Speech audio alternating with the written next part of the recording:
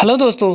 तो आज हम सीखेंगे रोज़मर्रा के कुछ ऐसे वर्ड जो कि हमारी रोज़मर्रा की ज़िंदगी में बोले जाते हैं और हम इन शब्दों को दोहरा दोहरा कर अपनी रोज़मर्रा की ज़िंदगी में इन शब्दों को इस्तेमाल कर सकते हैं।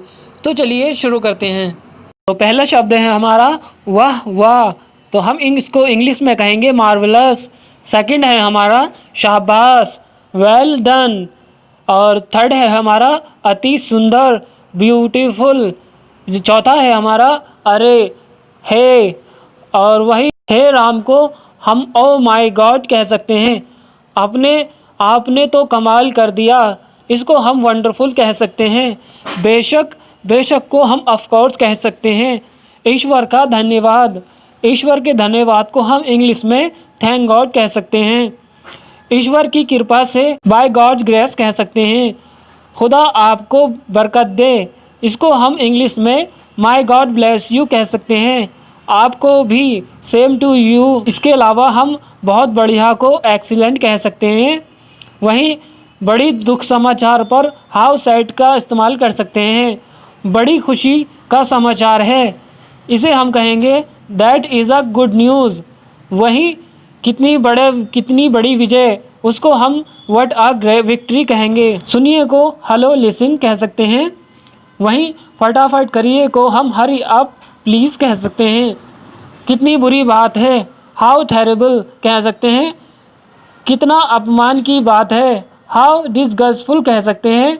वहीं बड़ी फिजूल की बात है को हम कह सकते हैं हाउ अब्सर्ड। इसके अलावा उसकी इतनी हिम्मत कैसे हुई, उसको हम कह सकते हैं हाउ डेयर ही। वहीं क्या खूब को हाउ स्वीट कहा जाता है। इतना इतना सुंदर को हाउ लवली कह सकते हैं। ऐसा कहने की तुम्हारी हिम्मत कैसे हुई, how dare you say that कह सकते हैं। जबकि प्यारे और डियर कह सकते हैं। जल्दी करो को हम हरी अप कह सकते हैं। चुप रहिए को क्वाइट प्लीज़ या प्लीज़ कीप क्वाइट कह सकते हैं। वहीं सचमुच को रियली कहा जाता है। आपका धन्यवाद को हम इंग्लिश में थैंक यू कह सकते हैं।